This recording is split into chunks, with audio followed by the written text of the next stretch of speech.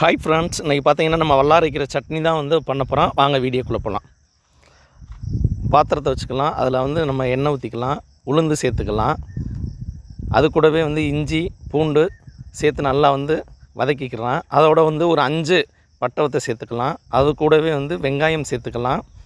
நல்லா வந்து வதக்கிடலாம். வதக்கின பிறகு வந்து நம்ம வந்து அலசி வச்சுருக்க வல்லாரைக்கீரையை வந்து நம்ம போட்டுக்கலாம். நல்லா வந்து லோ ஃப்ளேமில் வச்சு நல்லா வந்து வதக்கிக்கலாம்.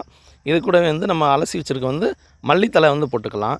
இது வந்து நல்லா வதக்கிடலாம். இது வதக்கினோடனே வந்து நம்ம வந்து தக்காளி சேர்த்துக்கலாம். தக்காளி சேர்த்தோன்னே இதிலே வந்து நம்ம வந்து உப்பு சேர்த்துடலாம்.